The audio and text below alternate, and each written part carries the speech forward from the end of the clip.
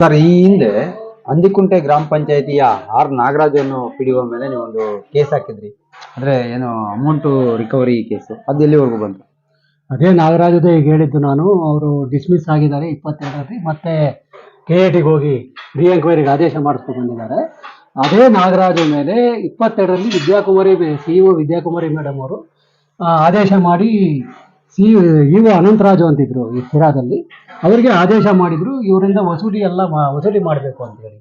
ಆದರೆ ಅನಂತರಾಜ್ ಅವರು ಇದುವರೆಗೂ ವಸೂಲಿನೂ ಮಾಡಿಲ್ಲ, ಈವನ್ ಅದ್ರ ಬಗ್ಗೆ ಮಾಹಿತಿನೂ ಕೊಡ್ತಾ ಇಲ್ಲ. ನನಗೆ ತಿಳಿದ ಮಟ್ಟಿಗೆ ಅನಂತರಾಜ್ ಅವ್ರಿಗಾಗ್ಲಿ ಅಥವಾ ಶಿರಾ ಇಒ ಪಂಚಾಯತಿಗಾಗ್ಲಿ ಇವರು ಎಷ್ಟು ವಸೂಲಿ ಮಾಡ್ಬೇಕನ್ನೋ ಮಾಹಿತಿ ಕೂಡ ತಗೊಂಡಿಲ್ಲ.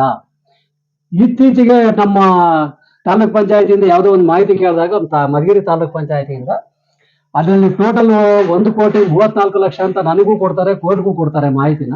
ಆದ್ರೆ ಮಧುಗಿರಿ ತಾಲೂಕ್ ಪಂಚಾಯತಿ ಅವರು ಶಿರಾ ತಾಲೂಕ್ ಪಂಚಾಯತಿಗೆ ಬರೀತಾರೆ ಬರೀ 65 ಲಕ್ಷ. ಈ ತರ ಎಲ್ಲಾ ಕಡೆನೂ ನಡೀತಾ ಇದೆ. ಇದುವರೆಗೂ ವಸೂಲಿನೇ ಮಾಡಿಲ್ಲ. ಅನಂತರಾಜ್ ಅವರು ಮೋಸ್ಟ್ಲಿ ಈಗ ಬೇರೆ ಕಡೆ ಟ್ರಾನ್ಸ್ಫರ್ ಆಗಿದ್ದಾರೆ ಅಂತ ಗೊತ್ತಾಯ್ತು, ಬೇರೆಯವ್ರು ಬಂದಿದ್ದಾರೆ. ಯಾರೇ ಬಂದ್ರು ಅದನ್ನ ಮಾಡಲೇಬೇಕು.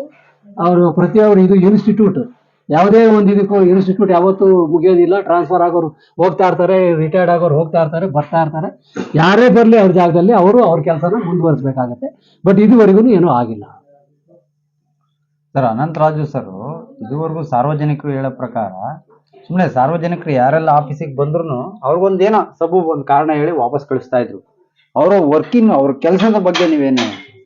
ಅವ್ರ ಕೆಲಸದ ಬಗ್ಗೆ ಹೇಳ್ತಾ ಇದ್ದೀನಲ್ಲ, ನನಗಂತೂ ಸಾಕಷ್ಟು ಬಾರಿ ಫೋನ್ ಮಾಡಿ ಕೂಡ ಕೇಳಿದ್ದೀನಿ.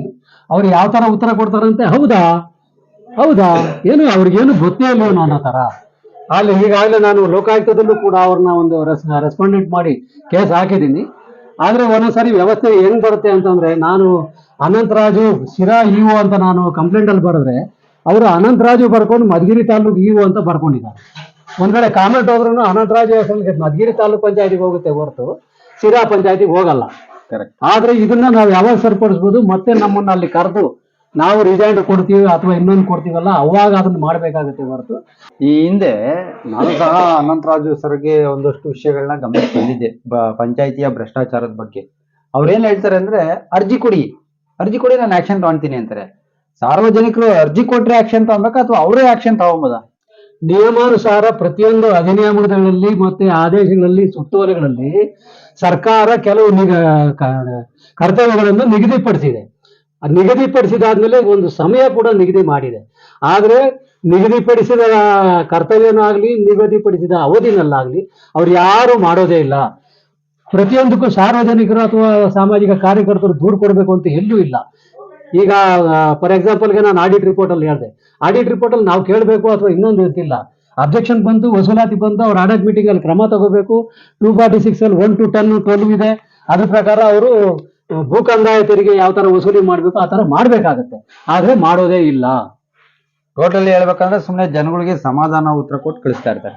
ಸಮಾಧಾನ ಉತ್ತರ ಅಂತಂದ್ರೆ ಅವ್ರನ್ನ ಸಾಗಾಕ್ಬೇಕು ಅನ್ನೋ ಉತ್ತರ ಇದೆ ಹೊರತು ಸಾರ್ವಜನಿಕ ಹಿತಾಸಕ್ತಿ ಅಥವಾ ಸರ್ಕಾರದಿಂದ ನಾವು ಸಂಬಳ ತಗೊಳ್ತಾ ಇದೀವಿ, ಭತ್ಯೆ ತಗೊಳ್ತಾ ಇದೀವಿ, ಸರ್ಕಾರದ ಪ್ರತಿನಿಧಿಯಾಗಿ ನಾವೇನಾದ್ರೂ ಮಾಡ್ತೀವಿ ಅಂತ ಕ್ವಶನ್ ಮಾಡ್ಕೊಂಡ್ರೆ ಅವ್ರಿಗೇನು ಉತ್ತರ ಸಿಗಲ್ಲ.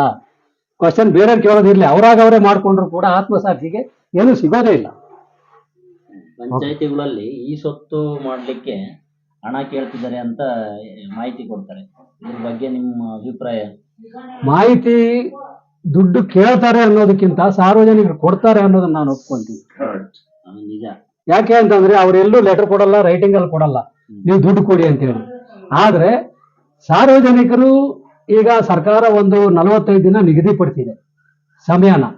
ಈಗ ಫಾರ್ ಎಕ್ಸಾಂಪಲ್ ಕೆಲವರು ಇನ್ನೂ ಹೇಳ್ತಾರೆ, ನಾನು ಒಂದ್ ಹೆಜ್ಜೆ ಮುಂದೆ ಹೋಗ್ಬೇಕು ಅಂತಂದ್ರೆ ಇನ್ಕಮ್ ಸರ್ಟಿಫಿಕೇಟು ನನ್ನ ಮಗನಿಗೆ ನನಗೆ ವರ್ಷ ಪೂರ್ತಿ ಆಯ್ತು, ಮಾರ್ಚ್ ಅಲ್ಲಿ ಏಪ್ರಿಲ್ ಅಲ್ಲಿ ಆ ಎಕ್ಸಾಮ್ ಮುಗೀತು, ರಿಸಲ್ಟ್ ಬಂತು ಅಂದ್ರೆ ನೆಕ್ಸ್ಟ್ ಜೂನ್ ನಲ್ಲಿ ನಾನು ಅವ್ರಿಗೆ ಅಡ್ಮಿಷನ್ ಮಾಡಬೇಕು ಅನ್ನೋದು ನನಗೆ ಗೊತ್ತಿರುತ್ತೆ. ಆದ್ರೂ ನಾನು ಈ ಮಧ್ಯ ಏಪ್ರಿಲ್ ಮೇ ನಲ್ಲಿ ಸುಮ್ಮನೆ ಕಾಯ್ತಾ ಇರ್ತೀನಿ. ಜೂನ್ ನಲ್ಲಿ ಎಮರ್ಜೆನ್ಸಿ ಇದ್ದಾಗ ನಾನು ಇನ್ಕಮ್ ಸರ್ಟಿಫಿಕೇಟ್ ಹೋಗ್ತೀನಿ. ಅದೇ ತರ ಇವರು ಕೂಡ ಅಷ್ಟೇ, ಸಮಯ ಇದ್ದಾಗ ಇನ್ ಟೈಮ್ ಅಲ್ಲಿ ಅವರು ಅಪ್ಲೈ ಮಾಡಿದ್ರೆ 45 ದಿನ ಸಾಕಷ್ಟು ಟೈಮ್ ಇದೆ, ಅವರು ಮಾಡಿಕೊಡ್ತಾರೆ. ಆದ್ರೆ ಸುಮ್ಮನೆ ಇರೋದು, ನಮ್ಗೆ ಅರ್ಜೆಂಟ್ ಬೇಕು ಅಂತ ಹೇಳಿ ಹೋಗ್ಕೊಡೋದು. ಆ ಅರ್ಜೆಂಟ್ನ ಅವರು ಯಾವ ತರ ಉಪಯೋಗಿಸ್ಕೊಂತಾರೆ ಅಂತಂದ್ರೆ ಈ ತರ ಕೇಳ್ಬೋದು. ಆದ್ರೆ ರೈಟಿಂಗ್ ಅಲ್ಲಿ ಎಲ್ಲೂ ಸಿಗಲ್ಲ ಡಾಕ್ಯುಮೆಂಟ್ ನಾವು ಕೊಟ್ಟಿದ್ದೀವಿ ಅಥವಾ ಇನ್ನೊಂದು ಅಂತ ಹೇಳಿ. ಲಂಚಕ್ಕೆ ಆಗಲಿ ಇನ್ನೊಂದಕ್ಕೆ ಡಾಕ್ಯುಮೆಂಟ್ ಎಲ್ಲೂ ಇಲ್ಲ.